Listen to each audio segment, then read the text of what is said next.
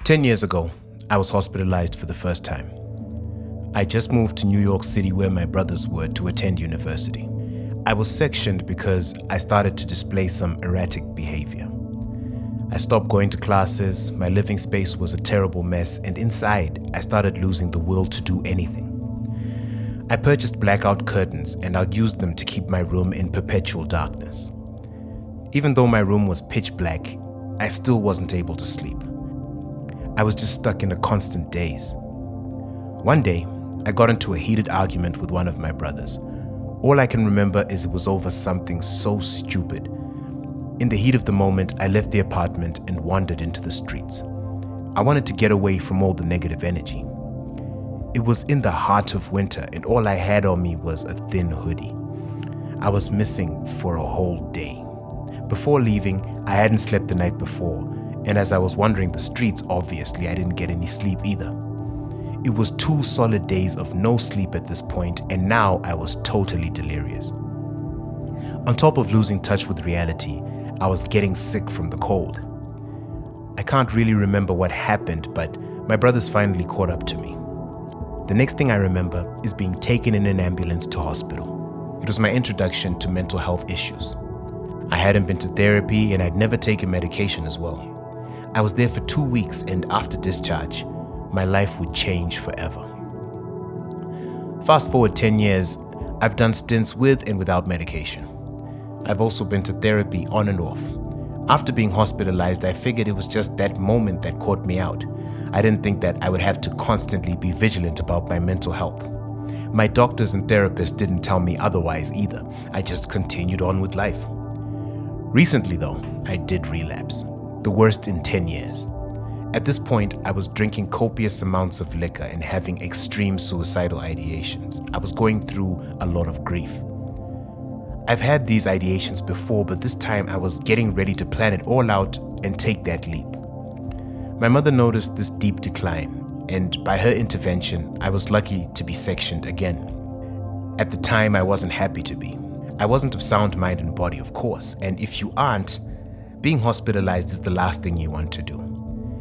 I was comfortable in this state of utter depression. I must say, I am happy that a part of me, a part that's always spoken to reason, convinced me to go with it. During my second hospitalization, I was there for 3 months. It was a more intense program. I started to understand my illness a lot more. Talking to my psychologist during our weekly meetings, he told me that, in all honesty, I'm probably going to have to continue doing therapy and taking medication for the rest of my life. When he told me that, my first reaction was sadness. It's almost as if you're one way one day and then the next day you're another. It took me some time to grasp what he had just told me. It almost feels like now I was operating with a handicap. Another thing he told me that pissed me off is if I had addressed the major issues underlying my condition when I was first diagnosed, I probably would have been able to get over it with intense therapy and not deviating from my course of treatment.